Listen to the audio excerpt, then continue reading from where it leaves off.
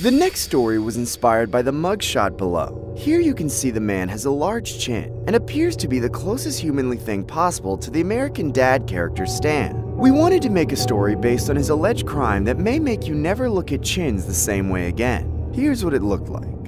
A lot of people tell me I look young for my age. I graduated from college a few years ago and worked in an office as soon as I got my diploma, but I'm often mistaken for a teenager, especially when shopping. I recently ran out of deodorant, so I had to hit up the grocery store. I tend to be obsessive compulsive about my hygiene, but I'd been so busy the past few days that I forgot to buy a new deodorant ahead of time before the old one was completely depleted. Fortunately, when I arrived at the store, I thought it was my lucky day since there weren't so many people around. Also, there's a specific scent I always look for in a deodorant, thus consuming much of my time whenever I go out to buy a new one. However, there was nothing to worry about since it was a weekend, and there was no need to rush. Moments later, I noticed a familiar sound emanating in the same area I was in, which seemed like someone was sniffing around. I instinctively surveyed the aisle, noticing that I was the only one there.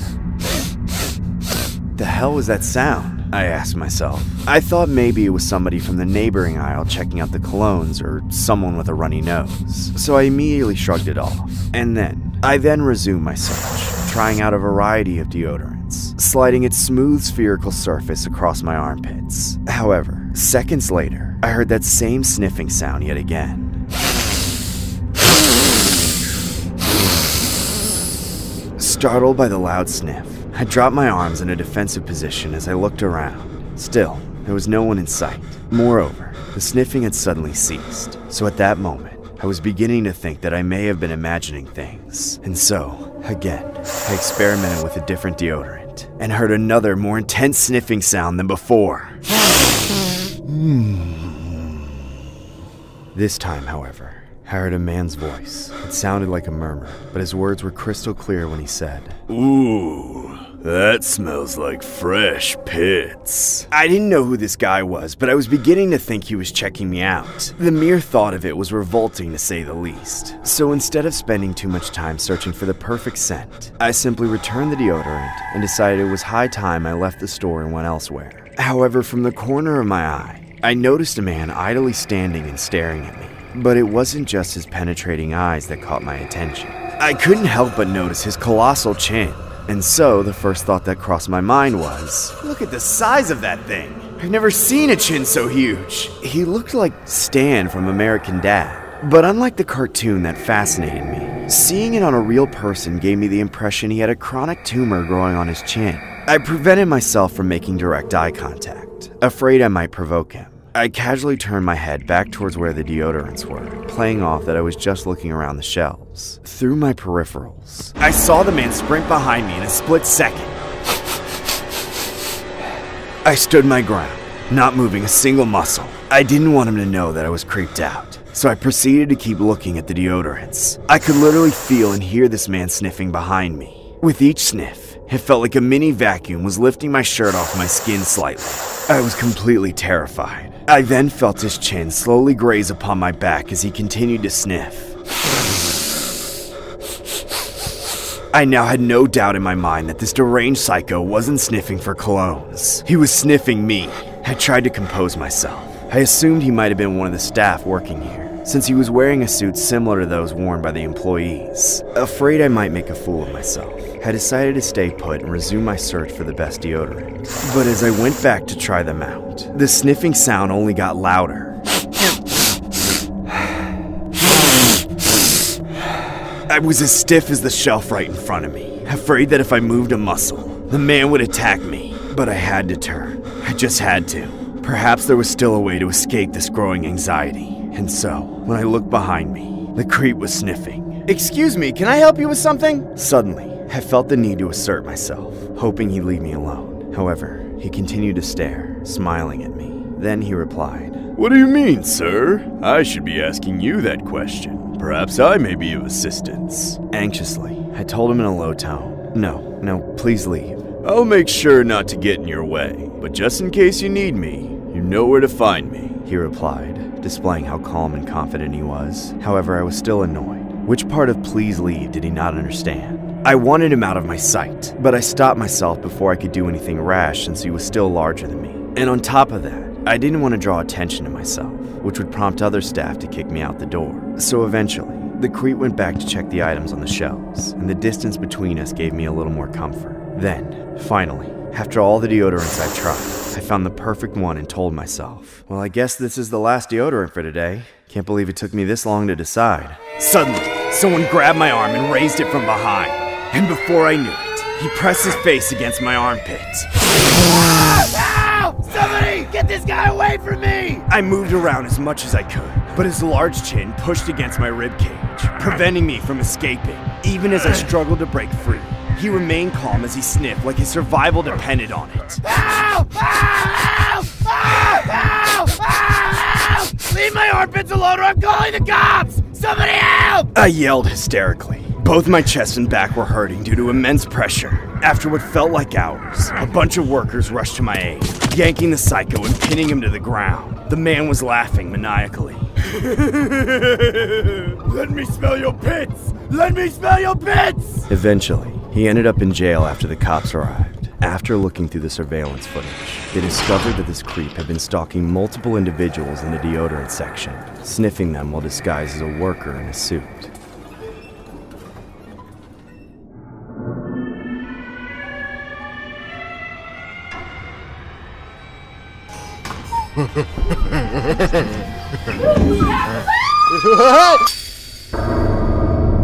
Recently, I tried moving in with my cousin Timmy.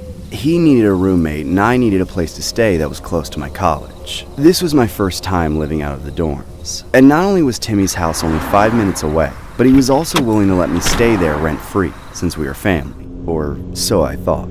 However, I'd never been that close to him even though we were around the same age. My parents recommended that I stay there for a semester or two, until I could find a way to make some money and live on my own. Whenever I was busy working on anything for my classes, Timmy would pester me about hanging out with him, basically begging for attention. Hey, Sarah, you want to see this cool new show I found on Netflix? I'm busy, Timmy. I have a lot of homework to get through. Maybe later, okay? Aw, but I think you'd really like it. I'm not gonna start it without you, so don't make me wait too long. I'm literally not going to take a TV show more serious than my career. It's not a TV show. It's Netflix and chill.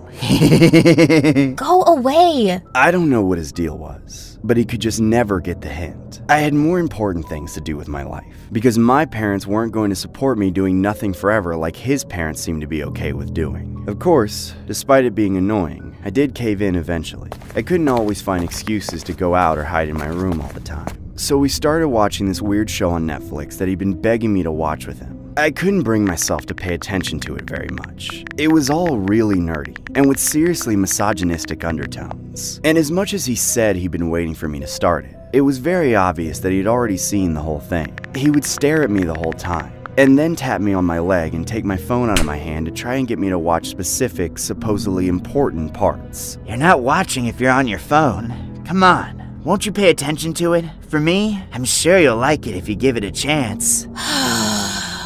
Okay, fine. I should have known better. He took me agreeing to actually watch it as some kind of signal, I guess. We were sitting on the couch together, and up until then, we'd been a couple feet apart. But after that, he kept scooting closer to me every time I looked at the TV. I could see him out of the corner of my eye. I tried to ignore it, not knowing what else to do.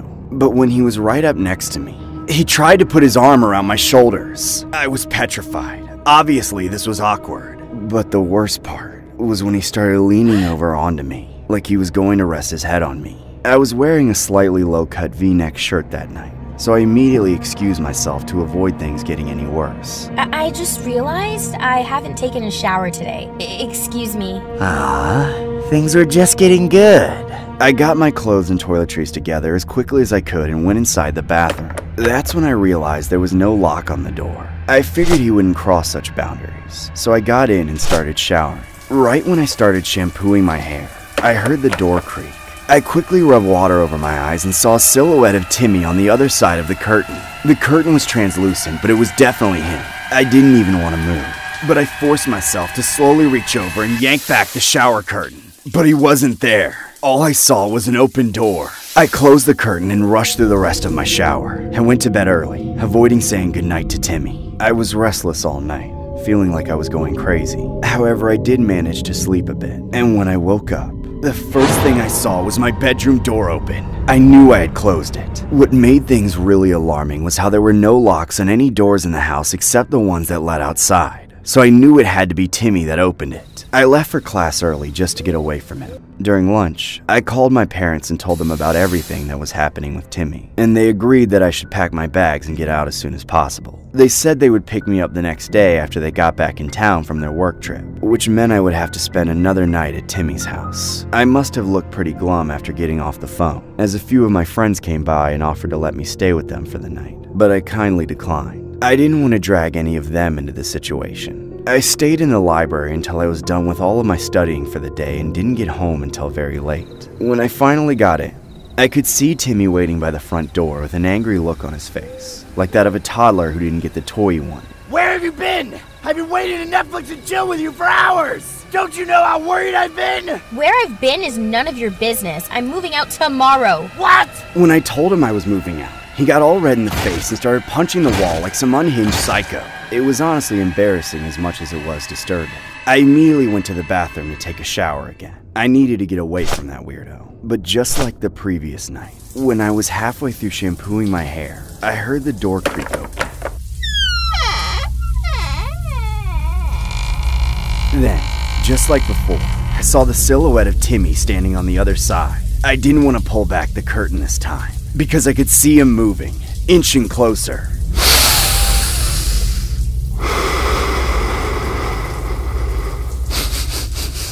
And I could hear him sniffing, like he was trying to smell me. I stepped back out of fear, trying to think of what to do. I thought that if I shut the water off, that would scare him off, so that's what I did. Unfortunately, it didn't work. I could still see him standing there, and it wasn't long before he started sniffing for me again, louder this time. Then, out of nowhere, he yanked the curtain open. You forgot to wash off the soap!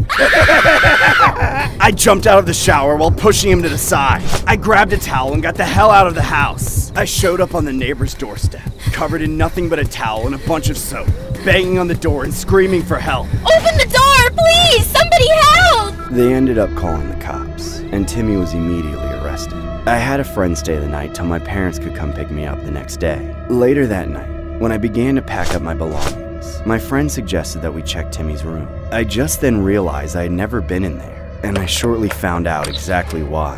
There was a shrine in there, dedicated to me. There were pictures of me from all the way back when we were kids, all up until just the night before, of me sleeping in bed, unaware that I was even being photographed.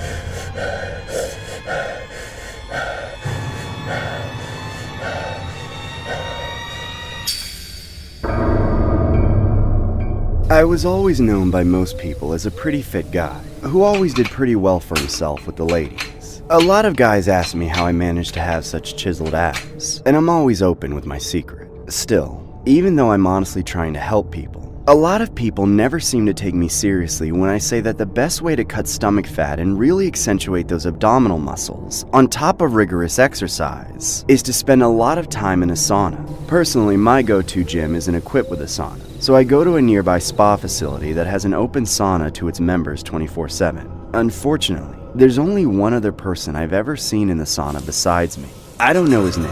For some reason, I just try to avoid conversation with him altogether, but I know him well enough by the way he looks that I could recognize him from a mile away. In fact, I'm sure he could be seen from space. He's the biggest, largest, most enormous adjective of a man I've ever seen.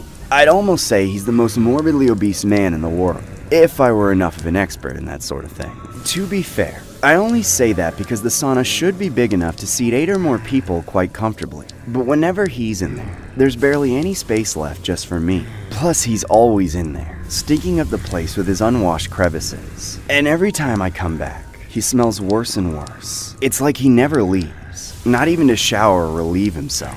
Recently, it's become a real problem. The smell that hits me when I open the door is like every nasty thing imaginable mixed into a rotting corpse. Like he's just been there forever, letting go of himself and everything he's got stored up in his gigantic body. At this point, there's a puddle of this murky fluid about an inch deep flooding the sauna floor. I don't know what it is, if it's sweat or something else, but I just assume the best. I need time in the sauna or my muscle definition will suffer. So despite the grossness, I waded through the puddle and sat across from him, lifting my legs up off the floor and crossing them once I was seated, so they wouldn't soak in whatever that stuff was. I usually try not to talk to the guy, but at a certain point he just got too revolting to ignore. Dude, do you live in here or something?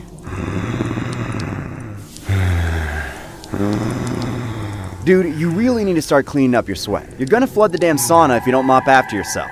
Just a couple more minutes, and everything will be okay. You can leave whenever you want. Yeah, and so can you. Do you ever think about, I don't know, stepping out for a minute and drying yourself off? Maybe taking a shower and giving the staff a chance to clean the place up? Why would I leave to take a shower? Being in here is like getting constantly showered. A sauna and a shower are not the same thing. Get off my case, prima donna! I need to be in here just as much as you do! Oh yeah? Why's that? I gotta lose weight before next summer.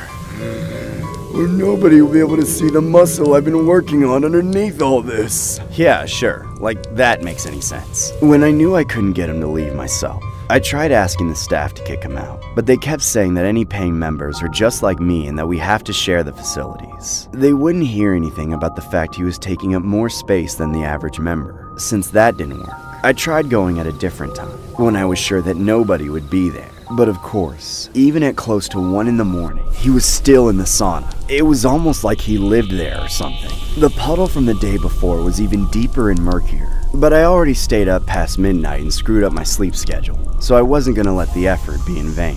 I waded through the mystery liquid again and sat across from the fat man.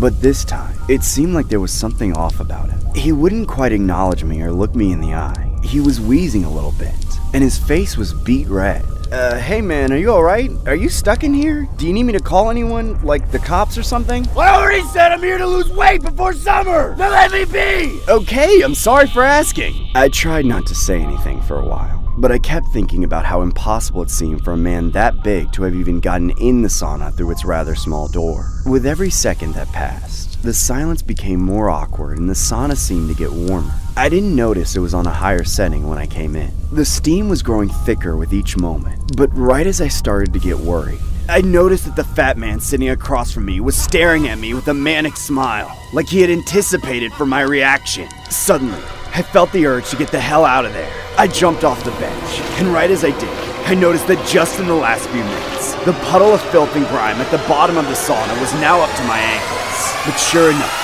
when I needed it to let me out, it was jammed shut. That's when I started to panic. Help! Somebody out there! Help! We're trapped! Just a couple more minutes, and everything will be okay. There's no escape. This is your fate. No, it can't be. When I looked down, the flood of putrid bodily fluids was rushing up to my knees. I scrambled looking for a way to get higher up, but the most I could do was run up to the top of the bench, which was already disappearing under the water. What the hell is going on? How are you doing this? The man said nothing, only laughed. Then he began to melt. His immense flabs and folds of fat started liquefying and spreading throughout the water, and he was still laughing, somehow, as he transformed into this fleshy blob, like a snowman happy to meet death by melting under a hot sun. Soon enough, he was just a formless mass of skin and fat spreading all over the sauna, floating higher and higher as the floodwater continued to climb up to my knees again. Even as I stood on the bench, there was nothing in there for me to hold on to. The blob then reached out and grabbed me, pulling me down into itself. I struggled against it, but it was so sticky that I couldn't escape it. I was soon unable to move or fight back. Then it engulfed me, submerging me into blackness.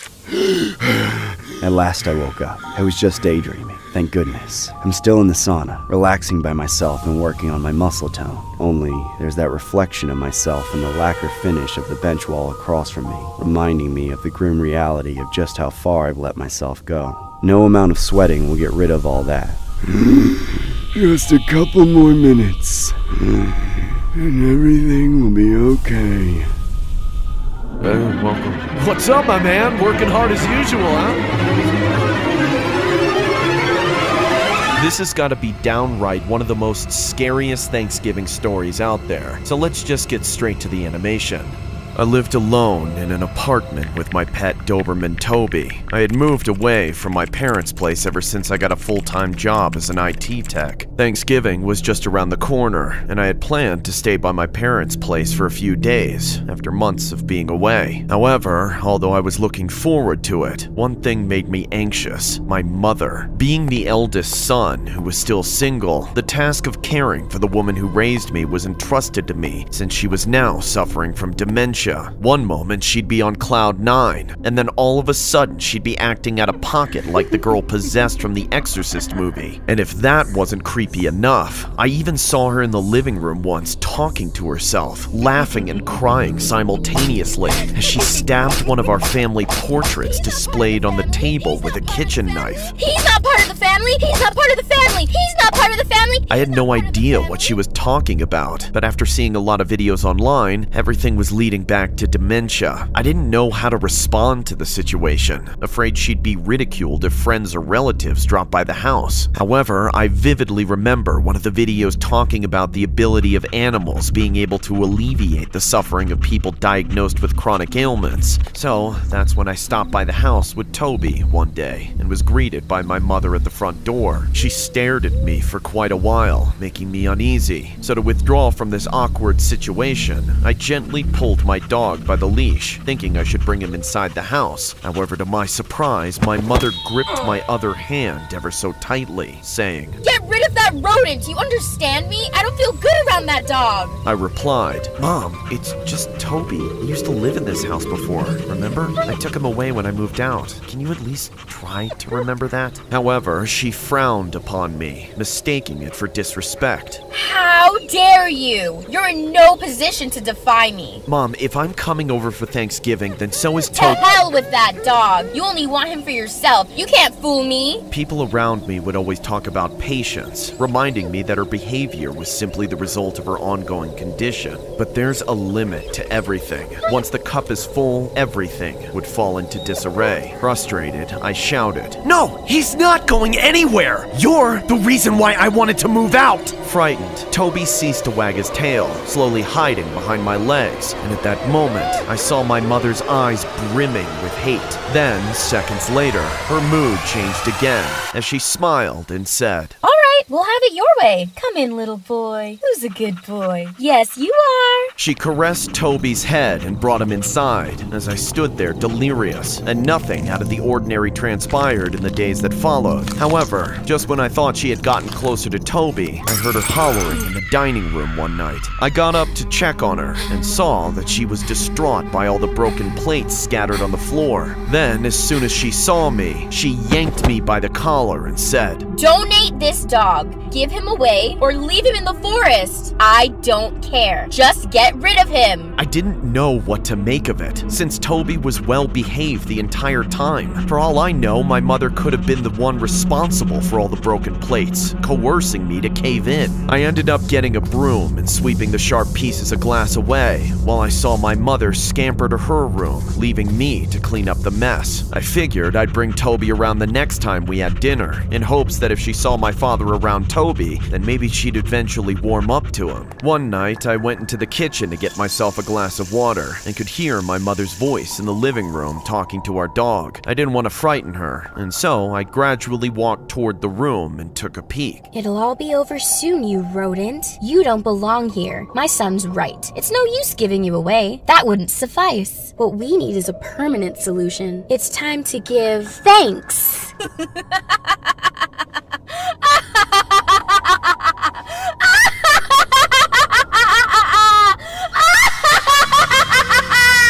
Toby barked in a tone that would imply he was threatened, and for the past couple of weeks, the only time he was ever anxious was whenever my mother was around. So, as most people would do, it would have been reasonable to have kept the dog next to me at all times. However, seeing that she never inflicted physical harm on the dog, I felt that there was no need to intervene, and that ignoring her would be the best course of action. She was indeed known for her bad temper. However, I never saw her as someone who could take the life of a living creature. later. The night before Thanksgiving, my father finally arrived home from his long business trip, and when I suggested buying dinner for us, he immediately gave me the thumbs up. However, it was different for my mother though. Enraged, she kept raving about how she was the woman of the house and that she was the only one responsible for preparing the meals at home. My father and I looked at each other, puzzled and anxious. Finally, to avoid making matters any more awkward, we let her have her way due to her condition and persistence. The following day, I arrived home from a quick stroll at the grocery store to pick up some sides for the Thanksgiving dinner with my parents. I remember seeing my mother placing a massive platter with a silver lid on the table. Crawling its way from the kitchen, the aroma was enticing and irresistible. My father and I couldn't wait to dig in. However, as soon as my mother lifted the silver lid, our jaws dropped, and my father stood in horror at the sight of something that was definitely not a turkey. She glanced at my father and me, saying, I thought of being more creative this year, so bon appetit! And just like that, Toby went from an adorable pet to a nauseating dinner that would leave me traumatized forever. Ah!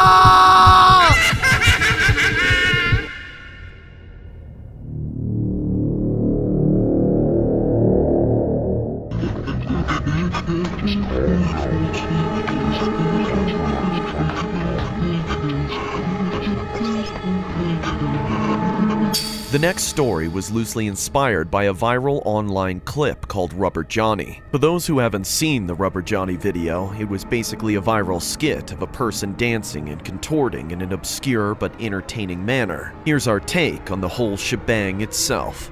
Years ago, I was a nurse caring for patients in a mental hospital, or as most people called it for short, the asylum. It was a lot like working in a nursing home, where most of the patients are incapable of taking care of themselves and need constant supervision. But unlike a nursing home, the patients here are that way not because of old age and dementia, but for no other reason than whatever severe mental illness they are stricken with has made them unfit to exist in society. I've seen my fair share of strange cases and unnatural behavior in my time here. Most of them can barely talk, and if they can, it's just a bunch of deranged gibberish that they mumble to themselves while hiding in a corner or staring off into space for 10 straight hours. But out of all the crazies I've seen, there's one that took all the marbles, so to speak. He was one kind of guy you really wouldn't find in a nursing home. In fact, he seemed more likely to be found in an Area 51 facility. Everyone knew him as Rubber Johnny, but for short, they called him Roger, since he looked like the American Dad character. We were never able to get a witness from Guinness World Records to prove it, but we were pretty sure that Roger had the biggest head in the world. It was so big that it was sadly debilitating for him. That's why he had his little electric wheelchair so he could get around during his free time. His gigantic head would always hang over the back of the chair, straining his neck and shoulders so much that he could barely speak, and when he did, it was all slurred and sound stretched, just like you'd imagine it would. That, plus his otherworldly appearance, caused a lot of rumors to go around the staff that he really was some kind of alien who'd been dumped on us from Area 51.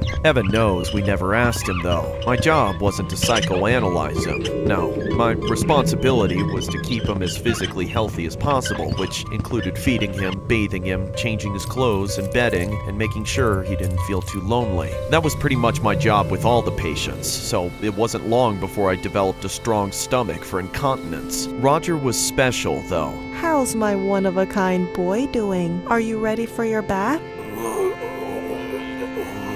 A lot of patients get defensive when I go clean some of their private areas. That's how I've ended up with scars on my face, but Roger was never like that. He never hurt me. I would give him a sponge bath every day, and his only rule was that I never touched his head. The only problem with that was I really wanted to, and not just because it needed to be washed like everywhere else on his body, but because I just wanted to touch it since there was nothing else that existed quite like it. Roger just carried it around with him every day, taunting me with it. Roger, it looks like your head could really use a wash. Would you mind if I just gave it a quick rinse? No touch. Okay.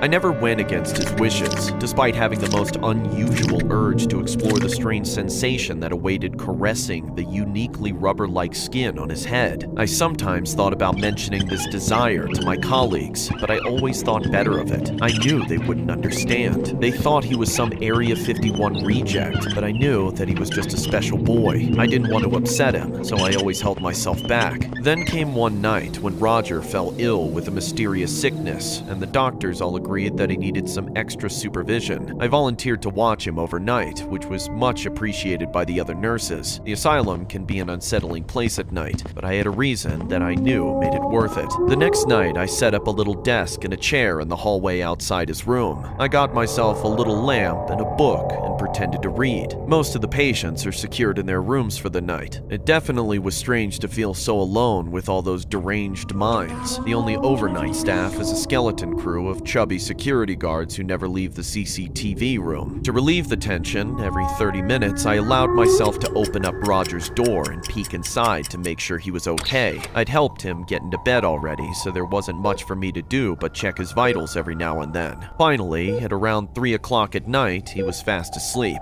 I listened to him snore for a few minutes before I ventured into his room. I tiptoed up to his bedside, being careful not to wake him. I hated to disturb him, but I knew I'd never get a chance like this again. Good evening, Mr. Roger.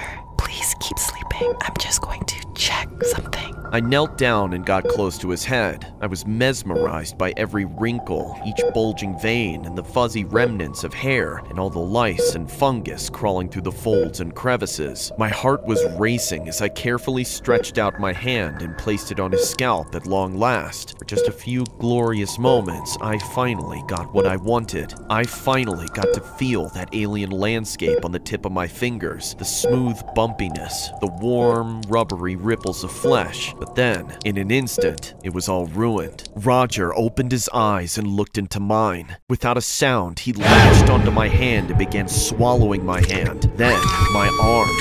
Roger! Please! Stop! Help! I pinned my foot against his large head and was able to wrench my hand free from his grip. As I stood, I realized that I caved in his massive cranium. His oversized brains were splattered everywhere, and his skull gaped open like a watermelon on a summer day. I now knew why he didn't want anyone touching his sensitive head. None of it mattered to me though, as I had already gotten what I wanted. When I looked down at my hand and saw the cost I had to pay for it, I couldn't help but laugh.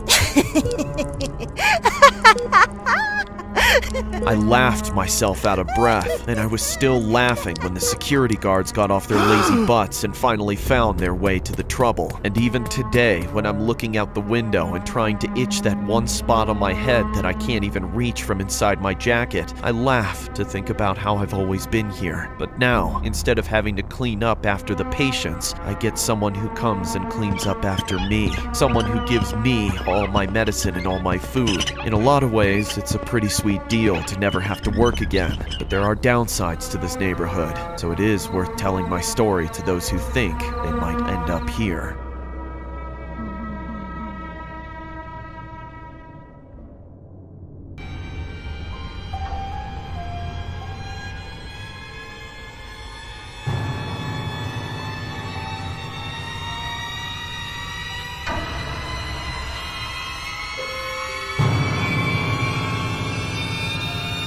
The next story was inspired by a short, disturbing clip online of a man in a sauna. We don't want to give too many details away, so let the animation speak for itself. Here's what it looked like. Back in the year 2020, I used to go to this really run-down gym for all my workouts. It wasn't the best of places, but in the beginning, it had its perks, mainly because it was cheap. The membership was a very small fee compared to the fortune that other places charge. I was in my early 20s at the time, so I was very stingy with my money. I got my friend to hop on the bandwagon too, and together we would usually meet up after work at around 10 p.m. The other benefit of this gym was that it was open 24/7, and it was usually deserted besides myself, my friend, and the guy at the front desk. That guy wasn't a very watchful employee. He would always wear these Dre headphones over his ears and blast music into his brain, or watch TikToks on his phone the entire shift. All he would do to greet us was just throw up a lazy peace sign and mumble something like, welcome. What's up, my man? Working hard as usual, huh? not as hard as your mother on the pole. What did you just say? Come on, man. Let's just work out. We always had the whole place to ourselves, and they even had a sauna. Aside from that, the chill vibe made up for the admittedly rather outdated equipment. My friend and I usually spotted each other on the heavier sets, but otherwise we would do our own individual exercises. I usually liked ending my workouts in the sauna. I remember changing in the locker room before stepping foot inside the sauna that night, and began letting the hot steam heat up my body, allowing me to sweat more. It had been a long day, so I was quickly on the verge of dozing off. Of course, I knew it wasn't a good idea to fall asleep in there, so I always kept myself awake. After drifting off into a sort of half-conscious state from how relaxing it was, I had lost track of how long I was actually in there for. It must have been during that time in which I was half awake, half asleep, when I heard the guy from the front desk walking by, running the vacuum cleaner. Seemingly a second later, I heard what sounded like a single knock on the door to the sauna. I jolted awake into a bit of delirium brought on by the heat and the sleepiness. I almost got up to open the door, but then I heard my friend calling out on the other side.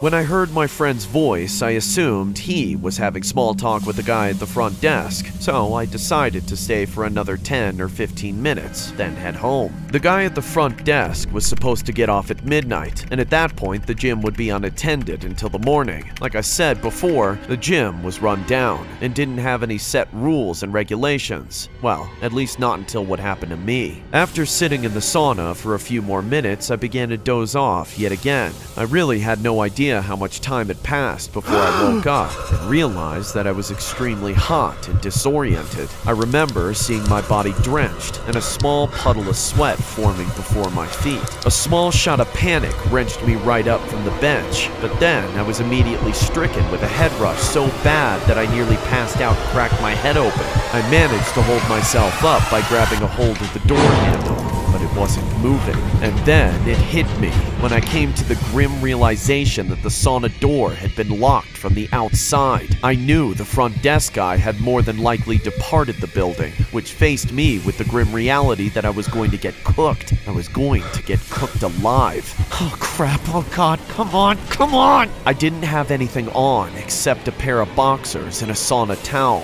I had left everything, including my phone, in a locker. The door was locked from the outside, and there was no way I could unlock it or pick the lock. There wasn't even a window for me to break through. It was just a solid hunk of a door. Come on, I need to get out. Someone get me out of this thing!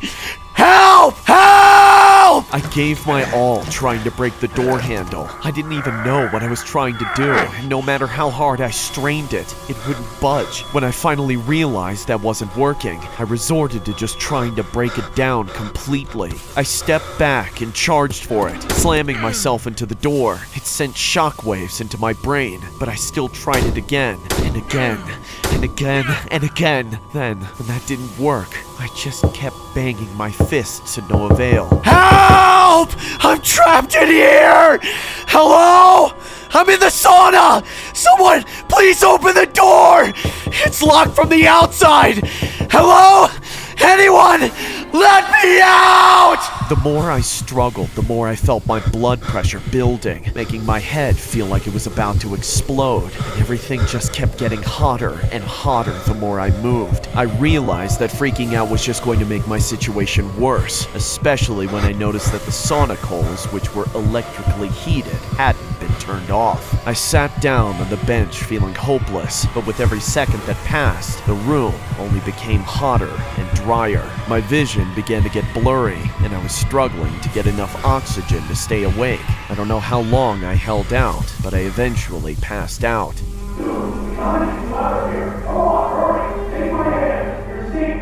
The next thing I saw was my friend huddled over me, trying to shake me awake. My heat stroke was so severe that I couldn't even speak. I was fading in and out of consciousness throughout most of my trip to the hospital. Thankfully, I was able to make a full recovery after a day or two in the hospital. While I was there, my friend tried to explain what happened. He said he saw the employee doing his closing tasks, but he didn't realize that entailed him locking the sauna. When he left to go home, he saw the guy just killing the last few minutes of the clock on his phone before leaving shortly after. When I didn't show up to lunch between classes the next day, he got worried enough to come check on me. I just can't imagine what I would have turned out like had my friend not come to rescue me.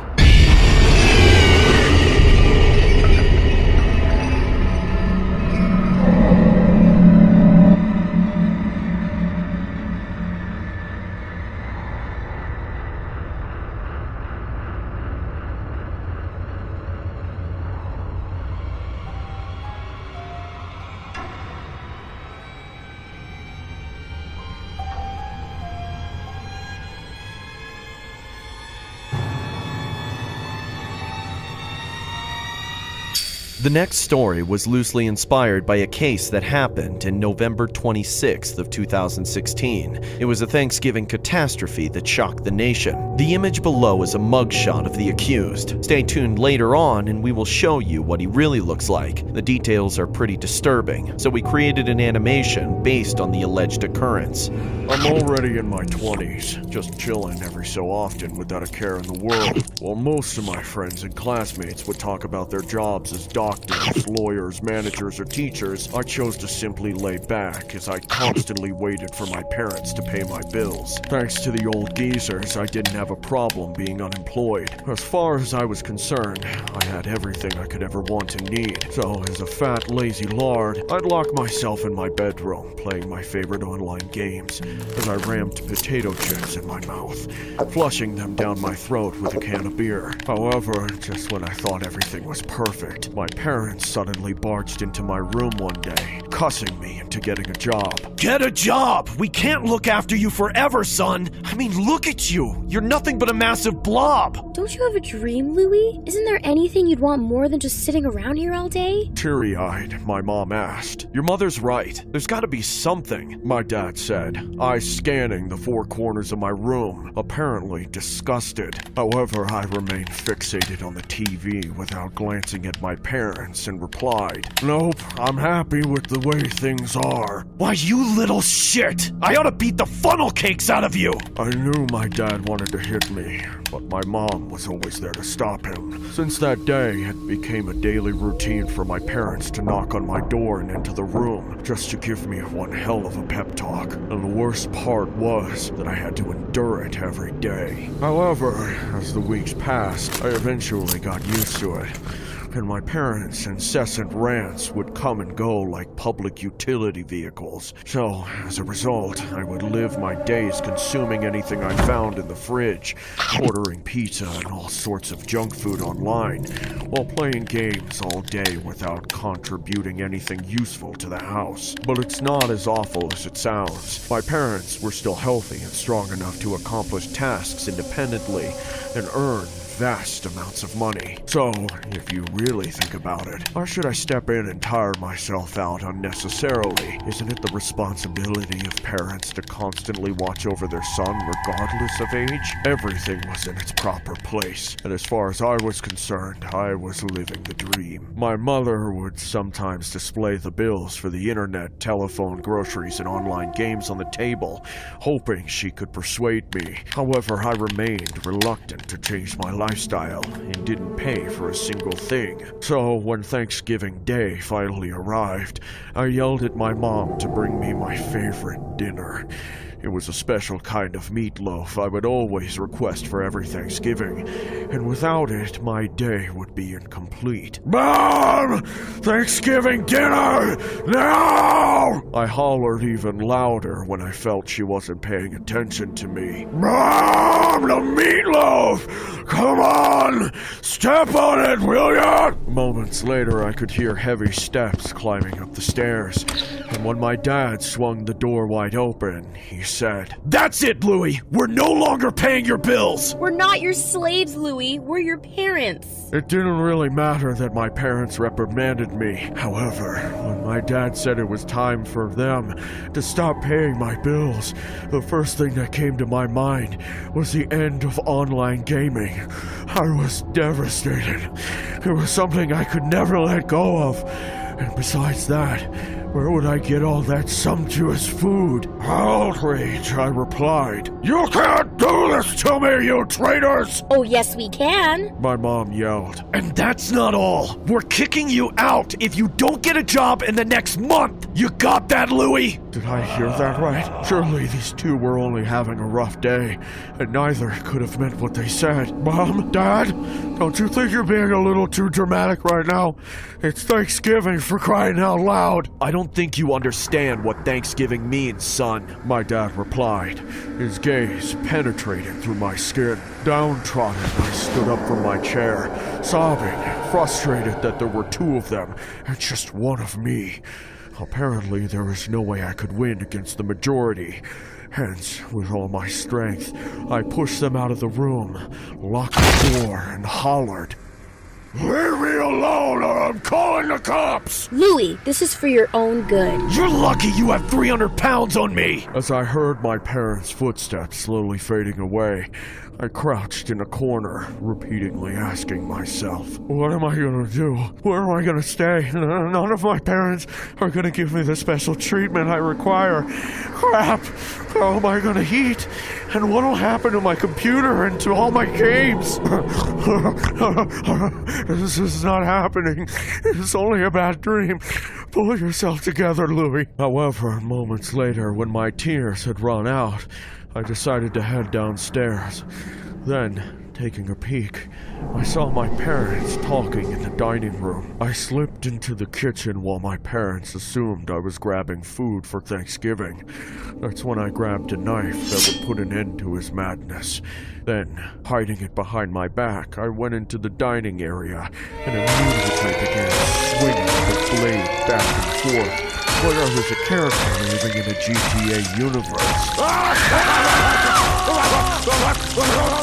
Suddenly, it was silent. There was no one to tell me what to do. And finally, I was free. And so, wearing my blood-stained clothes, I brought out my console, sat on the couch in the living room, and began playing games. A few minutes later, I put down my controller and started eating my mom's delicious meatloaf. Then, when I finished, I called the cops, waiting to disclose everything that transpired. 911, please state your emergency. Hi, my name is Louie.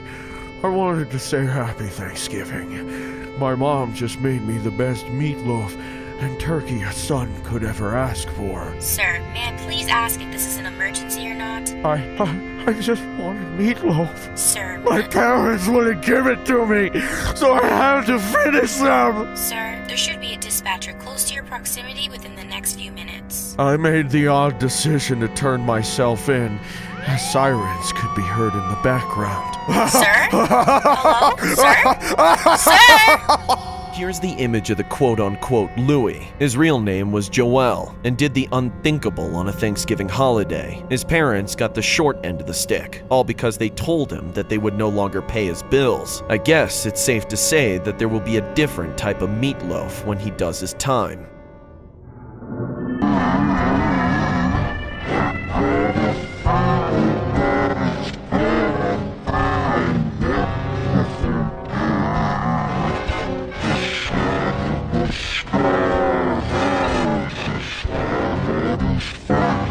The next story was loosely inspired by the mugshot below. As you can see, the woman shown has an eerie resemblance to the American Dad character Francine. Well, at least in the episode where Francine becomes an ugly wife. Here's what the story looked like. They call me Fred. I was a hobo living in the streets of New Jersey. I used to sit on this busy street corner every day and nobody bothers to even give you the time of day, let alone a handful of quarters jangling in their pocket. But me and all my buddies from around town have a solution to the drag. When the day is coming to a close, we all meet up behind the junkyard, a place we know we won't be bothered. We built up a little circle of crates and rotten chairs to sit on, and in the center, we have a nice big fire pit with fuel to burn all around us. And that's all there really is to Club Hobo, or the pit as we call it, since it always smells like armpits. The stench doesn't stop us from having a social life and talking about how things are going, or sharing tips on where one might be able to score some grub. Hey, yo, there's a new fancy restaurant downtown,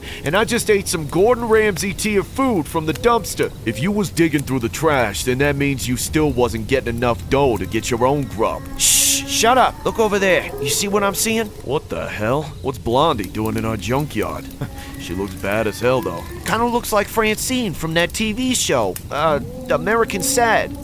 The only thing that's sad is your memory. Now go ask if she comes to Club Hobo often. I got up and left the circle, stumbling my way through trash in the darkness. I could see the woman watching me approach her. All I could hear were the guys behind me laughing it up. I paid them no mind. The girl just popped up out of nowhere one night, and none of them were gonna have the guts to get up and speak to her. Not me. I'm a ladies' man. Always have been, always will be. Hey there, what brings you around Club Hobo? Well, that all depends, mister. How much money can you bring in for a girl like me? Well, maybe like $1 a day?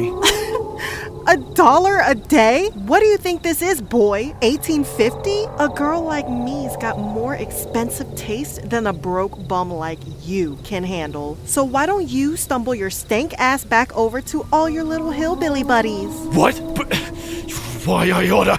You know what? Screw you then! I ain't got time for gold-digging women's who can't appreciate my natural charm! Don't come back round here until you shave that stupid unibrow!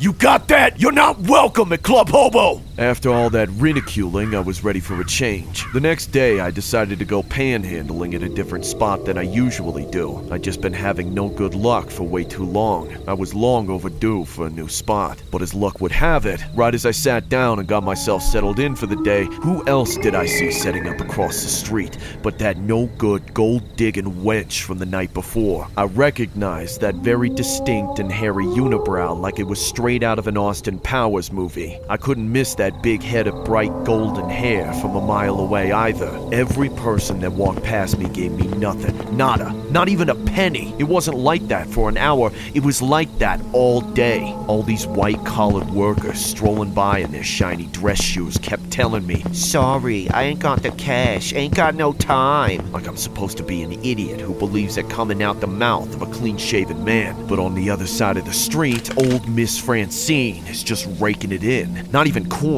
I see her getting dollar bills, 5s, 10s, even a 20. That's when I had enough. I got up and picked up all my crap, walked across the street and threw it all down and took a seat right next to her. What do you think you're doing? This is my block. Get the hell out of here before I call my pimp. Shut up! Why don't you call your barber and shave that stupid unibrow? This is now my turf, and I'm getting my fair share into my cup! Yeah, right. Use an old, ugly son of a gun. If you're sitting next to a beauty like me, there's no way you're gonna get a single red cent. I'll make you eat those words, Francine, because they bout to be all you got left. Honestly, it was an empty threat. I had no idea how I was going to get people to drop change into my cup while she was sitting there next to me, holding out her own and looking like that. Yet somehow, maybe because hers was already filled up with green, I started getting real lucky. I started spotting some friends of mine from the pit showing up and hiding out, watching from a distance. I don't know what they thought was so funny about it, but they seemed like they were enjoying the show. Missy Francine had a string of real bad luck. 30 minutes went by and she didn't get a dime. She even tried to empty out her cup and stash what she already made to make it look like she needed it more, but that didn't work. Dollars, 5s, and 10s started getting dropped into my cup. I'd never had such a good day panhandling in my life. I made more in just a few minutes than I'd made all month, but it was right in that moment that the $20 bill got dropped into my cup that old Missy Francine went ballistic.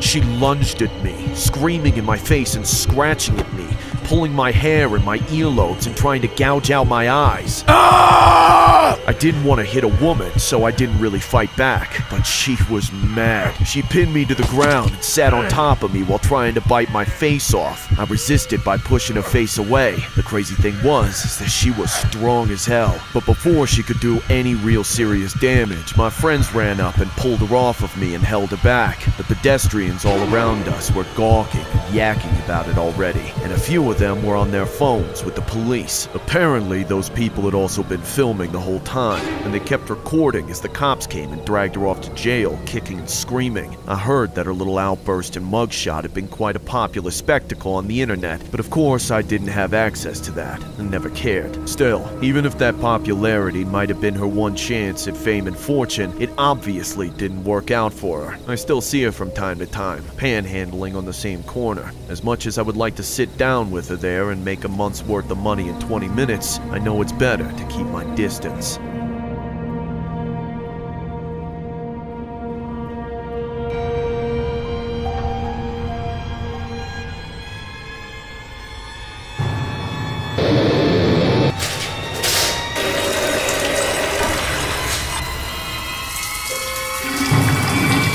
Here are 3 disturbing shower stories that may have you second guess taking a shower home alone, or maybe with someone else in the house. We wanted to make this super creepy, so we suggest you take a shower before watching the video.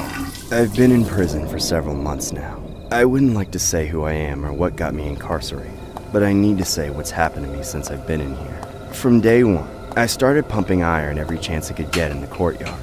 It was partially out of boredom, but more so that I would look stronger and tougher, in the hopes that it would keep other inmates from trying to start trouble with me. For the most part, it worked. I never had any fights or anything weird happen between me and anyone else. Well, except for this one guy. I could have pumped iron 10 times a day for 10 years and I never would have gotten as big as him. Bulk-wise, height-wise, or otherwise. His name was Butch, and nobody messed with Butch. But I quickly found out that Butch messed with whoever he wanted to. I thought I was safe for a while, but sometimes I would catch Butch staring at me funny and intentionally hogging the weights. That way I would have to talk to him. In those cases, I would forget about working out and go somewhere else. That was when the trouble started for me. Butch cut into the lunch line right behind me. Nobody made a sound to say they cared in any way. He stared at me the entire time we were getting our trays served up, and then followed me to where I was sitting. As soon as I sat down, he leaned over me and stole my tray, and walked away with it like it was his to begin with. I wasn't about to go and try to get it back from him either. Maybe I should have stood up for myself. I don't know. But after that is when I started to feel like Butch was on my back at all times. Every time I hit the showers, I had to watch out for him. He was tall enough to see over everyone and over any dividers that were in there. And I could always see him looking at me with this creepy smile on his face. Soon enough, he started coming up to me in the showers. Hey, look! I dropped my soap. Why don't you do Big Butch a favor and pick that up for me? It's just a bar of soap, man. You can get another one. Not till tomorrow. Now come on! Pick up the bar of soap so I can clean my eggplant! You don't want to use the soap off of the floor. Look, there's my soap right there on the shelf. You can use that one. Reluctantly, I picked up my bar of soap off the shelf and dropped it in his hands. It was certainly better than bending over. But right away, he grabbed my wrist and pulled me closer to him, wrapping both of his hands around mine. You've got soft hands, like a lady. I'ma call you Charmin. I'm sure you could come up with a better name than that. Don't piss me off, Charmin, or you'll see why they call me Big Butch. Finally, he let go of me and walked away. I was relieved, but only slightly. I knew this wasn't the end of things. And I also knew that at least a dozen other inmates from my cell block had been in the showers. They'd seen and heard that whole thing go down. My reputation, if I ever had any, was in jeopardy now. However, that seemed to be the least of my worries, judging by the way almost all of them had fled the showers as soon as Butch started talking to me. The next morning, Butch came to my cell with another guy covered in gang tattoos. He flashed a look at my cellmate, and with one jerk of his thumb, told him to get the hell out. Good morning, Charmin. That's not my name. It's actually... Charmin, that's your name. I notice you ain't got no ink. You gotta have ink in this place or you're a nobody. Wow, that's really how it works? His buddy took out a bunch of makeshift prison tattoo equipment from under his shirt, and he immediately got to work tattooing my forearm. I'd never gotten a tattoo before, and this prison method was certainly as painful as it was unsanitary. However, about halfway through, I had a horrible realization. The tattoo read, Butch's Charmin. I was completely horrified. That's when the pair left my cell, with my dignity along with them. Later that night, I tried to sneak into the shower so nobody would follow me in, but that was the biggest mistake of my life. I should have gone while it was packed full of people, but I wasn't thinking straight. I'd spent the whole day freaking out over this awful tattoo on my arm, and all I wanted to do was wipe it off or cut it out of my skin if I had to. I wasn't 30 seconds into my shower before Butch came in. We were the only ones in there. Every other shower was open, but he took the one right next to me. He pulled out a bar of soap, the same one I'd given him yesterday, and immediately let it slip out of his hands onto the floor. It floated across the water and stopped at my foot. Ain't you gonna pick that up? I can give you mine again. I reached for my shower kit, a little box with all my toiletries in it. But as soon as I picked it up, Butch slapped it out of my hands. Everything in it went flying across the room. I want my soap, and I want you to pick it up! I looked around everywhere. There was nobody. No other option. I decided I should just do it as quickly as possible. Then it would be alright. So I bent down, and then... The next day, I made my way to the food court. Except, I was walking to the lineup with Butch while holding his pocket. That's when the grim reality hit me, knowing that I now belonged to Butch, and there was nothing I could do about it.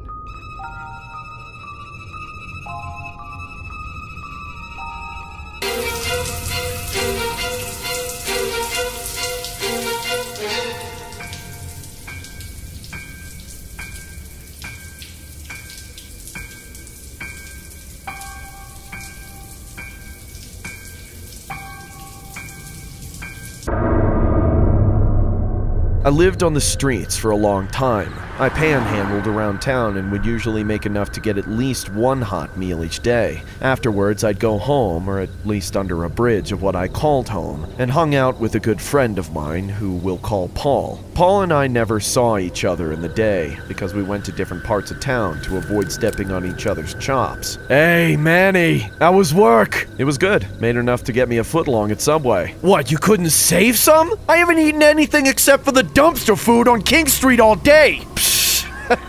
Well, panhandle better. And you need to take a shower. A few weeks ago, we found this old abandoned shack near the bridge. The shack was in pretty bad shape. It was completely scorched, like there'd been a big fire that almost burnt the place down. Nobody lived in it anymore, but it was good enough for squatting. Paul and I never considered sleeping in there, as we didn't want to compromise our health by breathing in burnt debris all day. But even though the shack had no electricity, it did, however, have running water. That meant that the shower was still working. Paul and I would take turns taking showers despite the house being dark as hell. There was a window in the bathroom that let in just enough light to be able to do what we had to do. One night, I got home to the bridge pretty late, and Paul wasn't there. He was always there when I got back, especially at that hour. I found it very unusual, so I went looking for him, first checking the shower shack. I could hear the water running from the front door, so I went to check the bathroom. I peeked down the hallway, and there he was, standing in the shower with all of his clothes on. There was a wild look on his face, like he'd been possessed by something crazy. Paul, what the hell are you doing? You're gonna freeze to death. I'm dirty, I'm dirty, I'm dirty.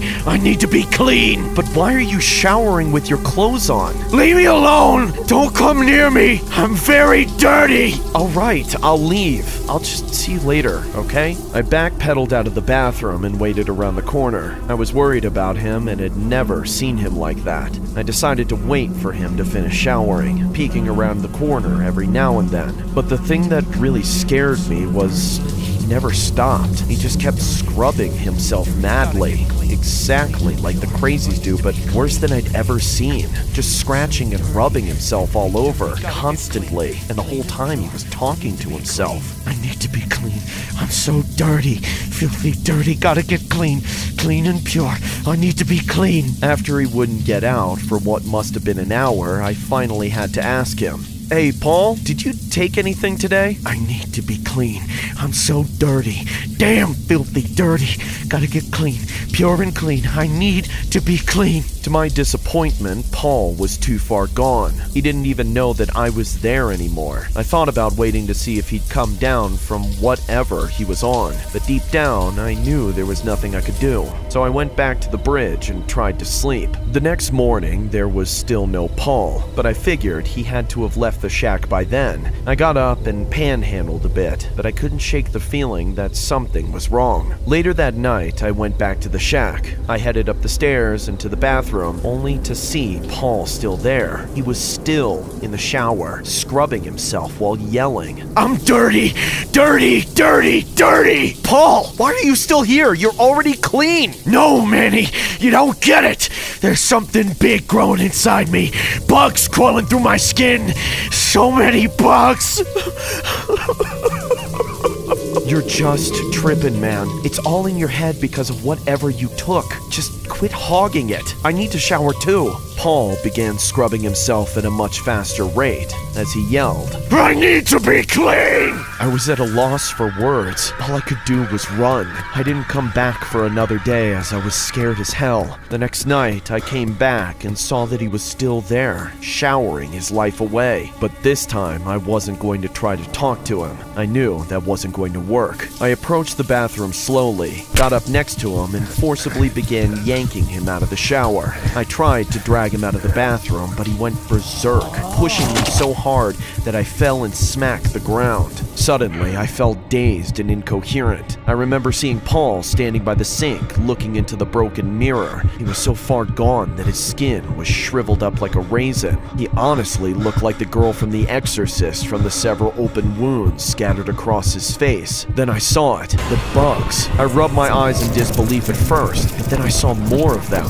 They were crawling under his skin, dozens of them, maybe even hundreds, all racing towards the open wounds on his skin, and then they started burrowing out. I scrambled up to my feet. I needed to get the hell out of there, but there was so much water on the floor that I slipped as soon as I stood up. I was immediately soaked and remembered witnessing something disturbing happening to Paul. He was twitching, jolting, contorting unnaturally, and then I felt it. I felt it happening to me. I opened my mouth to scream, only for fingers to squirm out from my throat. Then a hand shoved itself through, an entire arm, reaching up and climbing out of me.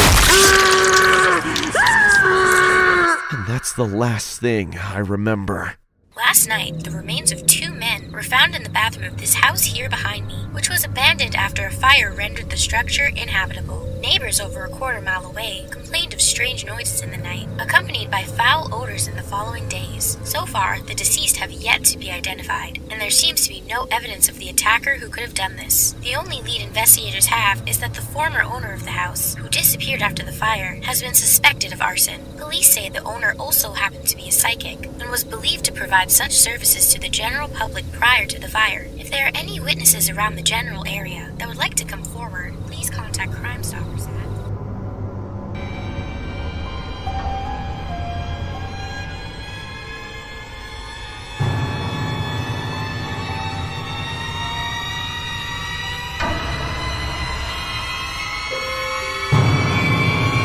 The next story was inspired by one of the most horrific South Park episodes ever to air. The episode was based on a young teenager named Scott Tenorman, who torments Cartman for the majority of the episode. Cartman really gets in a hissy fit when Scott films him singing some sort of embarrassing pig nursery rhyme in hopes that he would get his money back, but of course he didn't. In a pursuit for revenge, Cartman gets back at Scott by getting him to eat a chili with the contents of, well, his who he orchestrated to get taken out by a local farmer. We wanted to create a creepy sequel inspired by the episode. Here's what it looked like.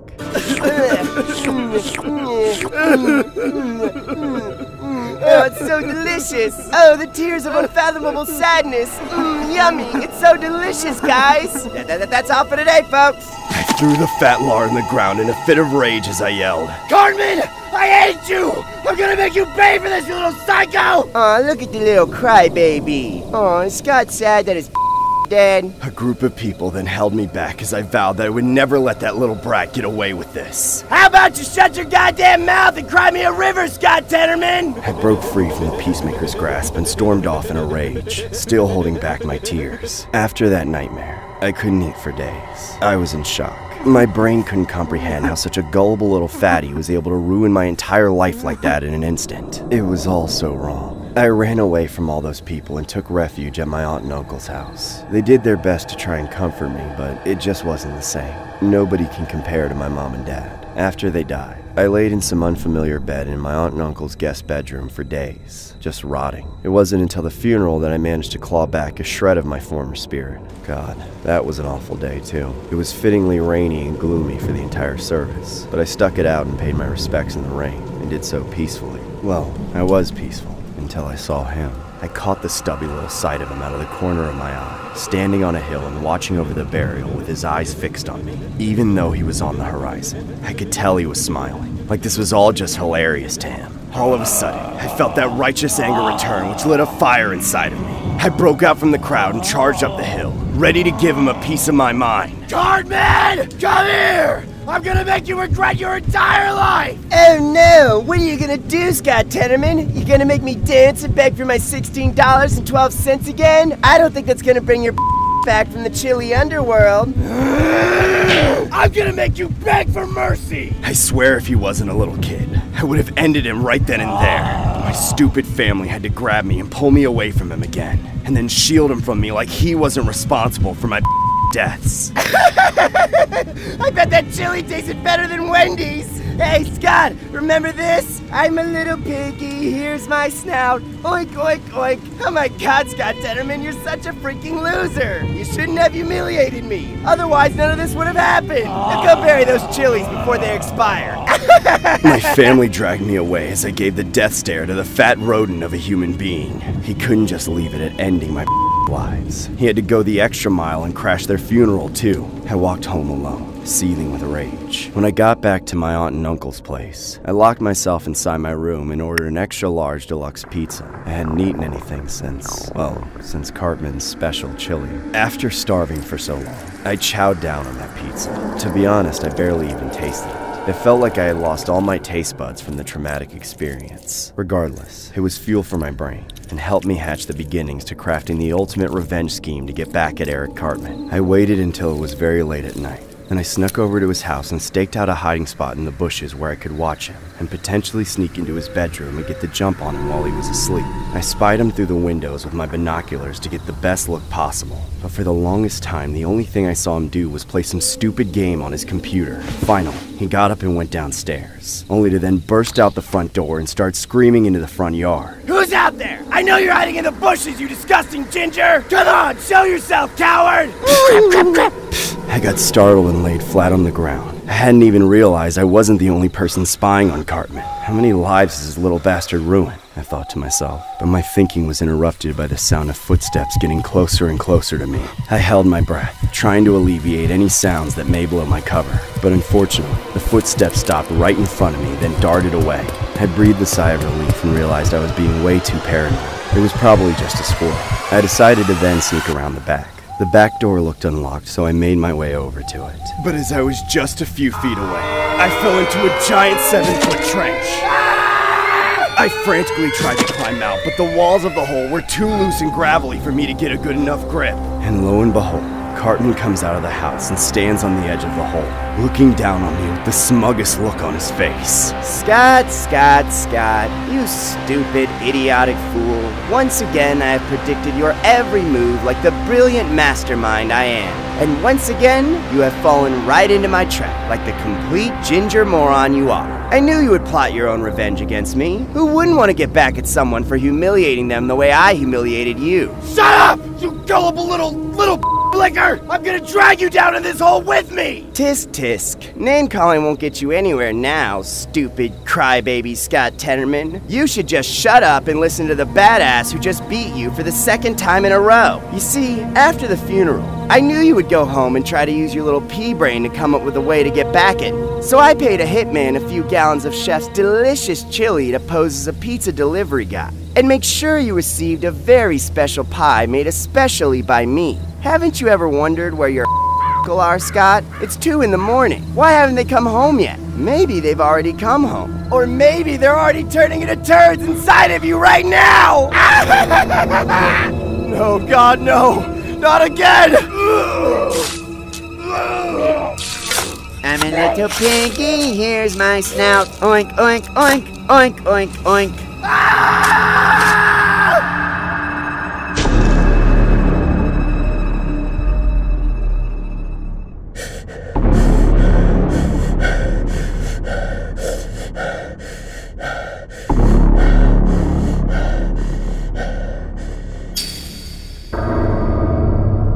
When I was a freshman in college, I would hit up the gym after class on a regular basis. The best part about the gym I went to was the sauna. I've never considered them, but after I saw a fitness guru on YouTube rave about them for a 20-minute video, I was convinced. I would stretch, do a few sets of everything, run some cardio, then finish out the day with some decompression in the sauna. Another nice part of the sauna was that it was hardly ever used by anyone but me. But on this one day, something strange occurred. I remember seeing someone someone stare through the small window in the door at me. He entered the sauna and awkwardly sat across from me. He was a pale, scrawny kid with a long pointed jaw and a creep's facial structure. My mood was immediately ruined. I could tell by the way he was looking at me that he was going to annoy me. I tried not to let it faze me though. I gave him the benefit of the doubt by acknowledging him with a nod. I didn't like the way he just kept staring without responding. Hey. The little creep flashed his plague-ridden teeth with an overdramatic smile. Then he got up and sat right next to me. I was instantly put on the edge the moment he invaded my personal bubble. I tried shifting away a few inches, but he scooted closer to me and closed the gap, so we were touching shoulder to shoulder. I was mortified, holding back my instinct to deck this guy right in the face like I would have done in high school.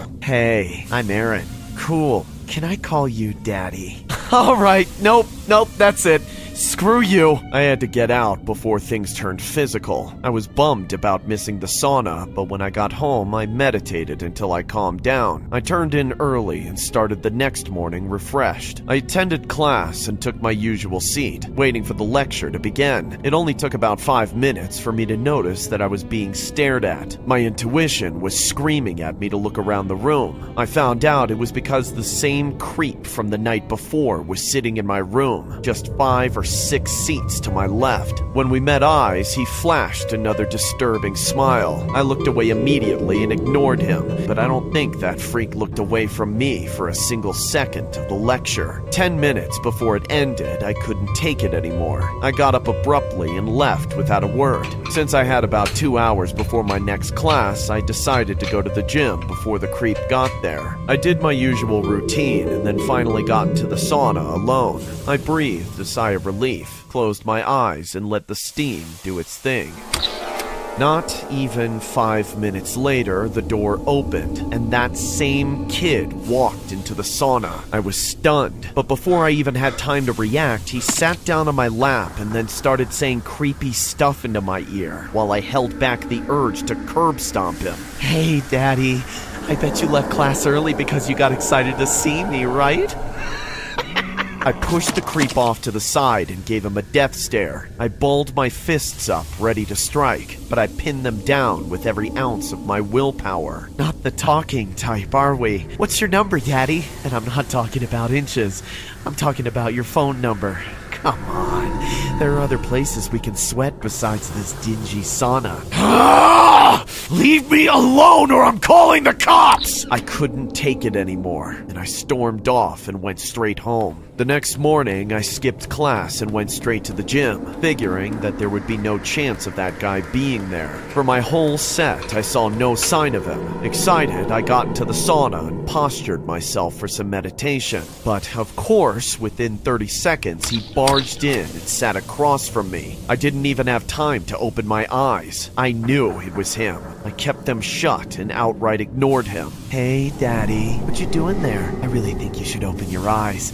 I think you'll like what you'll see. Please, I'm trying to focus. Just leave me alone. Oh, Daddy, you're so funny.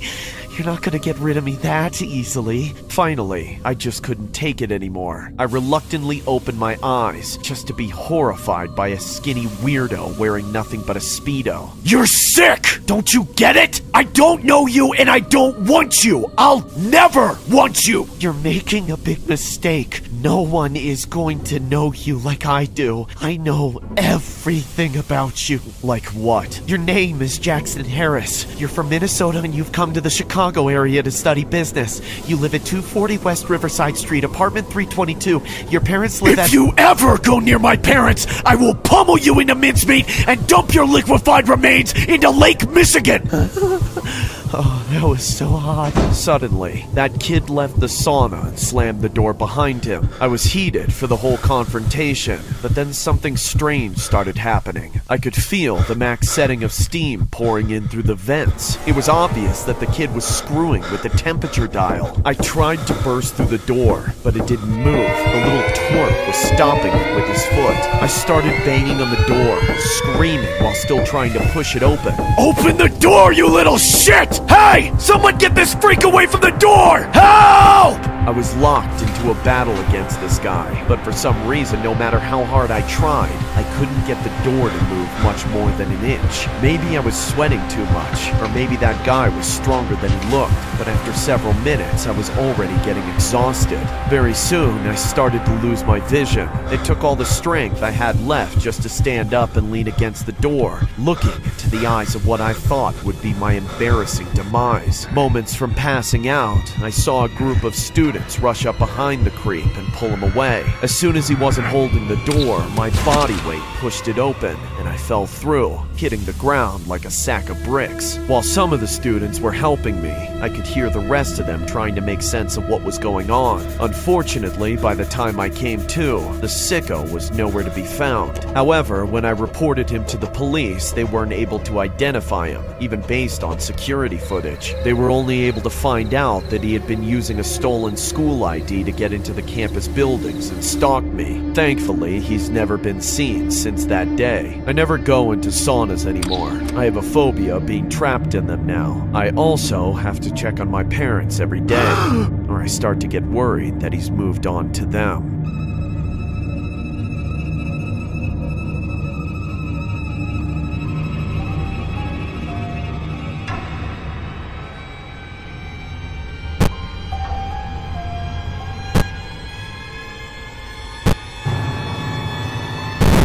The next story was inspired by a legendary South Park episode of Cartman trying to mislead Butters into going missing in order to gain an invitation to Kyle's birthday party to Casa Bonita. Kyle ends up bringing Cartman along, but then gets exposed through a phone call for his wrongdoing. Despite his cover being completely blown, Cartman runs inside and milks as much attractions as Casa Bonita has to offer before being cornered by the cops on top of the water cliff. Cartman takes a dive, and the cop questions if the whole mishap was really worth it. Cartman ends the episode by saying, "Totally. We wanted to create a horrific sequel as to what the aftermath might have looked like. So, here's what it looked like.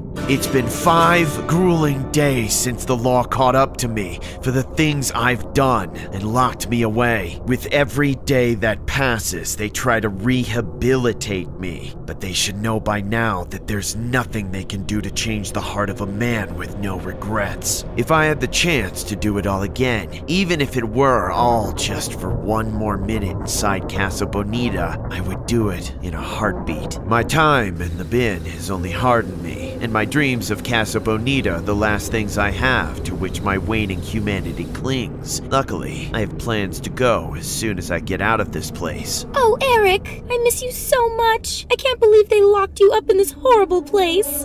I know, Mom. These guys are a-holes, but it's only a few days before I get out. Oh, I just can't stand to think about how homesick you must be in here. That's why I made you a box of cookies. Are you talking about the low-end versions of Oreos that made me crap in my cell for 5 hours? I was very disappointed to see that you didn't put the shank I asked for at the bottom of the box. I mean, do you not care about my safety at all? How am I supposed to establish my prison status while completely unarmed? Oh, don't be mad at me, Eric. This is hard for both of us. I know you really like that Mexican place, Casa Bonita, or whatever it's called, so I booked us a table for the day after you get out. Oh my god, really, Mom? Holy crap! Hell yeah! Casa Bonita, here we come! Casa Bonita, food and fun in a festive atmosphere. Casa Bonita. Oh, Eric, I can't wait to get you out of here. I can't believe it's gonna be another 3 whole days before I can go to Casa Bonita once again. Eric, is that cheesy tourist trap all you care about? Don't you miss me at all? Well, yeah, I miss you, I guess, but it's Casa Bonita, Mom. Fine then. I see what really matters to you. Have fun for the next 3 days, because when you get out, there will be no Casa Bonita. Wait, Mom, no, please come back. I'm sorry. I just... No touching the glass, fatty. The juvie guard tossed me to the ground, leaving me disoriented for his uncalled-for body slam. Yes, 3 more days. Black Box Cave, Lift Harvest. Oh, the queso here is so good. The following day, I anxiously awaited for the dial tone, waiting for my line to connect. Come on, pick up. Hello? Kyle, is that you? Thank God the call went through. Listen, don't hang up. I need to ask you for a favor. Friend to friend. What is it, Cartman? Can you bail me out? What? That's what you called me for? Screw you, Cartman. Why don't you call your mom and ask her to pay your stupid bail? I burned every other bridge I had. You're the only friend I have left in this world, Kyle. Yeah, well, tough luck, Cartman. You ruined my birthday and you lied to Butters. You deserve to rot. Now screw off. Screw you, Kyle. You better hope I don't get out of this door. Hey, no slamming the phones, fatty. Yeah. The last 2 days of my incarceration were defined by that unbearable feeling of waiting for something that you want with every fiber of your being. It's no wonder sane men snap when they finally get out of the pen. When they finally let me go, I got right down to business. First, I paid a little visit to my old friend, Cal. Cartman, is that you? This is for Casa Bonita, Cal. You should have just invited me to your birthday party! But this wasn't just a senseless slaughter.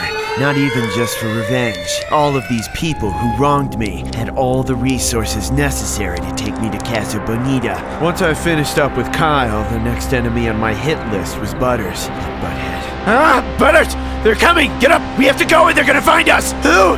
Where are they? What's going on? Oh, dear. The cannibals, Butters! It's the cannibals again! They still want to eat you alive! Oh, jeez, no, not again! What are we gonna do, Eric? Wait, hold on a second. There's no cannibals. You're just lying to me again, aren't you? But yes, but also no.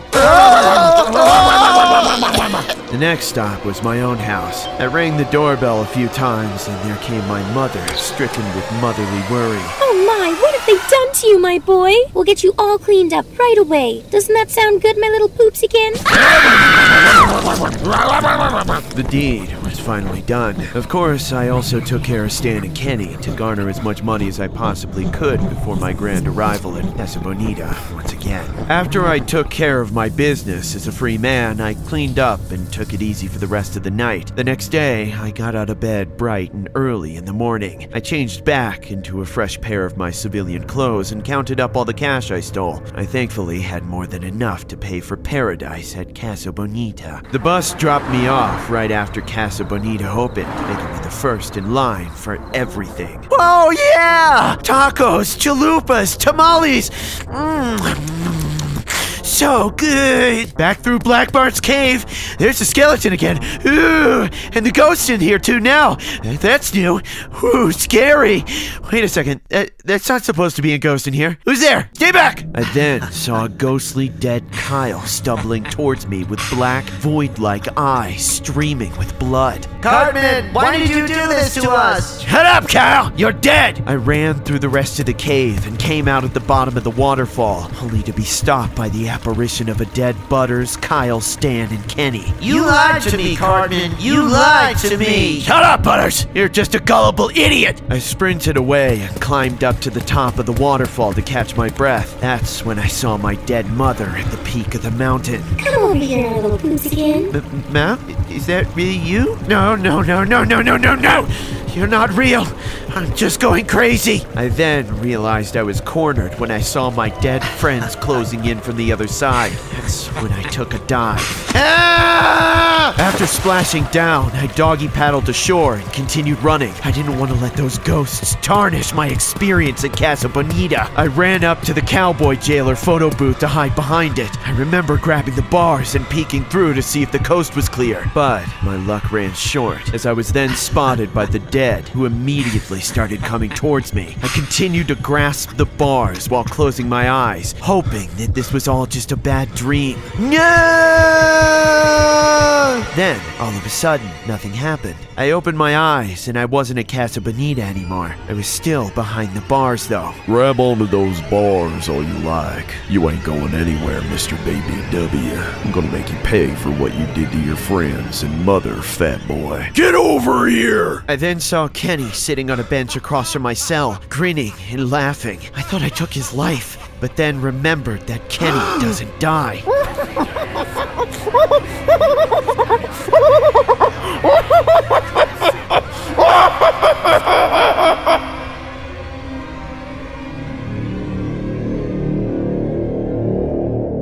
Buckle up. The next Thanksgiving story may leave most of you creeped out before ever feasting at someone's dining table next Thanksgiving. As a disclaimer, you might lose your appetite after this one, so we suggest you eat beforehand.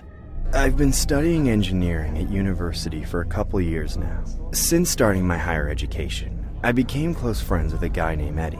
We would always study together even if we didn't have the exact same classes. We had our fair share of cagey, socially anxious students, but none were worse than Charles. Last semester, Eddie and I had advanced robotics together, so naturally we sat next to each other towards the middle of the room. Charles always sat as far back as the professor would let us, since it was such a small roster. I never knew much about Charles, except that he was a creepy loner emo type with long greasy hair straight out of the mid-2000s. He always wore the same black jeans and oversized sweater every day, so he had a bit of a smell to him too. But the most different thing about Charles was the way he constantly fidgeted during class, muttering to himself about this and that. His favorite thing was apparently Thanksgiving, because he talked about it all the time while talking in this weird, cheesy Joker impression. Is it Thanksgiving yet? I can't wait to have some juicy, delicious turkey in my mouth. So close. So close. I always wondered how such a clearly unhinged weirdo got enrolled into even a semi-prestigious university. But his skills in robotics must have been stellar to make up for everything else about him. I never wanted to find out though. But of course, the day came when the professor gave us a group assignment and told us to get into teams of 3. Obviously, Eddie and I were 2, but it seemed like everyone else was taken in a matter of seconds, leaving us with no choice but to work with Charles. The assignment was Thanksgiving themed, and we were supposed to have it done by the time we got back from break. For that reason or another, there was an insidious smile on Charles' face that gave both me and Eddie a really bad feeling about working with him. We all exchanged numbers so we could brainstorm over text. But mainly Eddie and I were just ignoring everything he sent us while we figured out ways to do the whole thing without him. Still, we knew we had to appease him somehow, so we both agreed when he invited us over to his house for an off-day Thanksgiving dinner, where we could discuss more concrete plans for the project. Charles said his parents were out of town for the weekend, so it would just be the 3 of us. Eddie and I tried to coordinate so we would arrive at the same time. That way neither of us would be alone with Charles. I texted Eddie when I left my place and he said he was already on the way, so it seemed like it would work out. When I arrived, I didn't see Eddie's car in the driveway. I made my way to the front door and rang up his phone once more, but still no answer. Then, Charles opens the front door wearing an apron with the most unhinged smile I've ever seen. Happy Thanksgiving! I'm so glad you could make it. Please, come in. Is Eddie here? I think he should be arriving soon. Just come inside. Right off the bat, I could tell Charles was acting strange, even more so than usual. But I went inside despite the weird feeling. I sat down at the dining table while Charles went into the kitchen. Have a seat! Eddie should be here any minute now. Okay. You'll see there's already some sides out on the table. Feel free to have some. I'll bring the turkey out in a sec, okay? Alright, dude. I was already creeped out, but I figured Eddie was close by, so I decided to shoot him a text, urging him to disclose his ETA and arrive as soon as possible. Where you at, man? What's your ETA? I need you here. It's so awkward right now. A few minutes passed and still no sign of Eddie. Not even a response to my texts. I started getting antsy and decided to call him.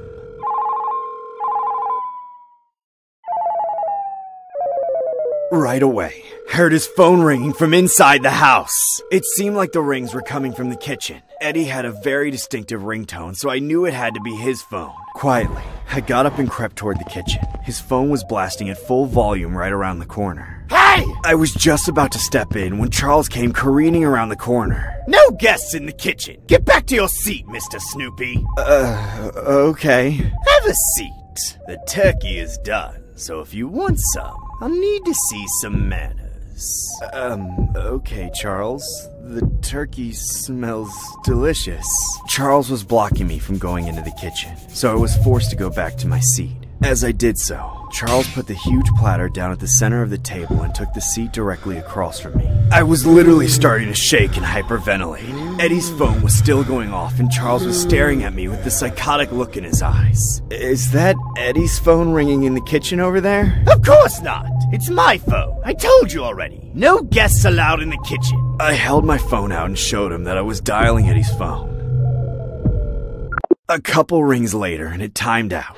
In the exact second, the phone in the kitchen stopped ringing. I know you're lying! Where's Eddie? Oh, come on. Don't you want some delicious turkey? No, shut up. Tell me where Eddie is. I really thought you were smart. I can't believe you haven't figured it out yet. Isn't it obvious? Eddie is right here! Charles lifted the dome off the platter, and on it was a turkey with Eddie's head. It was severed and sewn on top of a turkey, and it was moving. Wings, legs, and all. Even Eddie's face was smiling with ghastly wide open eyes. Happy Thanksgiving. Ha ha ha ha. I ran away and abandoned my car. When I got to a safe distance, I called the cops, and they quickly came to arrest Charles. But to this day, I still don't get it. He wasn't trying to get away with it all. It seemed like all he wanted to do was show off his ability with robotics by reanimating my dead friend. Poor Eddie. Every night since then, his face is all I can see. Happy Thanksgiving.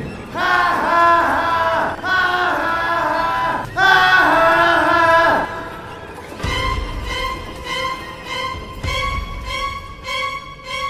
The next story was inspired by a Warcraft episode of South Park, where the main characters Cartman, Stan, Kenny, and Kyle all play a popular multiplayer online role-playing game called World of Warcraft. The antagonist, in this case, was a man who they called He Who Has No Life, who was a high-level player going around and taking out other players in the game. The boys start playing the game every day in a quest to stop him. Here's our take on what the twisted sequel might look like. This goes out to all the fallen warriors who went to battle against He Who Has No Life, and those few who were the first to ever make him taste defeat will wield the Sword of 1,000 Truths. At least we would be doing that if the guy who keeps the Sword of 1,000 Truths in his inventory would freaking log in. All those losers who stopped playing World of Warcraft right after we finally got rid of the guy who kept killing us. What do we do now? Isn't it obvious? Now we can finally play the game. Oh, right. Screw that. I'm tired of this game. Me too. I want to take a shower. What the hell are you talking about? Hey, where are you going? You guys get back here. We need to start prepping for Raid Shadow Legends. Kenny's right. I feel like we let ourselves go, dude. Yeah, I can't believe I let myself get this fat. I've got to start doing exercises. Maybe I'll get a membership at Planet Fitness tomorrow. Exercise? Screw you guys. I guess I'll just have to reap the benefits all by myself. Guys? I didn't even need them anymore. After we absolutely pwned that loser and humiliated him in front of the entire server, he never came back. With the rest of my team logged off for good, I became the sole idol of defense, righteousness, and balance. A shining beacon for all players in the expansive and immersive World of Warcraft to look up to. Damn it, I'm bored! The following week, I waddled to meet up with Kenny, Kyle, Stan, and Butters at the bus stop, in which the first three seemed to have returned to their normal physiques. Hey, what's up, losers? So you finally decided to go outside again, huh, Cartman? Shut up, Kale! One of us has to stay behind and keep that guy from coming back! Wait, that's why you're still playing World of Warcraft? No, I'm still playing it because it's still a fun game, Stan! You wouldn't know anything about that! Yeah, I would. We've all been playing the new Call of Duty. That's a fun game. Stop pretending, you guys. Call of Duty isn't fun anymore, either. The guy with no life is ruining this game for us all now. What did you just say? He's on the new Call of Duty like everyone else. There's no point in protecting the World of Warcraft anymore, Cartman. Shut up, Care! My mom just bought me the new Call of Duty! I just don't feel like playing with you scrubs! It doesn't even matter anymore. We're all done playing. We can't get a single kill because that guy just runs around the map and takes everybody out before we even see him. Oh man, I just bought that game. Won't you guys play just a few matches with me? Are you kidding me? He's back? You know what this means, guys. We have to reunite and restore order once again. No way. I developed pre-diabetes from the last time I did that with you. I'm turning over a new leaf. Yeah, Cartman, there's a whole big, beautiful world out there if you just go enjoy the outdoors. Fine. I never needed you guys in the first place. I was always doing all the work anyway. Come on, Butters. Are you gonna join me, or are you gonna accept defeat like those losers? I'll join you, I guess, Eric. Good. Now come on. We have no time to lose. Good luck, Butters. Man, those guys have no life. And just like that, it began all over again. the battle between good and evil. This time it took place in a different dimension, a series of battlegrounds where soldiers came to answer the call of duty. The battles only lasted 10 minutes, but the strict training regimen I designed only allowed for 15-second breaks for eating and pissing about every 10 rounds. Number 2s were taken care of by my mother, but fighting this battle required even more sacrifices than the last. 3 hours of sleep every night was reduced to 0. Butters and I trained ourselves to rest our minds while forcing our bodies to continue running, pointing, and clicking, building a level of muscle memory that he who has no life would never have even thought of possible for a gamer. For 45 days and 45 nights we did not see daylight. We were never to emerge from the basement until we confronted our enemy in a public lobby and humiliated him in front of all the game's players once again. When the time finally came, I have to admit I was the slightest bit nervous. Butters was the worst possible teammate I could have had compared to my old squad, but I had to work with what I had. When the time came, I invited him to a match. If we win, your mom has to give us liposuction with her lips. Good one, Eric. Shut up, Butters. The match is starting. Get in your focus. Our fingers were sweating from the heat, from the sheer speed of our movements. We used every trick we learned in our training and fought the most intense battle that Call of Duty has ever seen. After 10 agonizing minutes, the score was tallied and we absolutely obliterated that guy. He logged off without saying anything and he was never seen again. We did it, Butters. We owned him. Yeah! Great job, Eric. We make a great pair of teammates. Don't forget to tell your mom about the lipo, Butters. Guess what, turds? Butters and I beat the unbeatable player in Call of Duty. And we did it without all of you. So that's why he just showed up in GTA Online last night. What? What's GTA Online? It's this game that we've been playing for the last few weeks where you get to drive around in cool cars and shoot stuff and get money by committing crimes. But, oh well, it's not really fun anymore. There's this guy that just flies around on a flying jet ski and fires missiles at everything that moves. I guess we'll have to stop playing. Queso bonita, food and fun in a festive atmosphere. Queso bonita,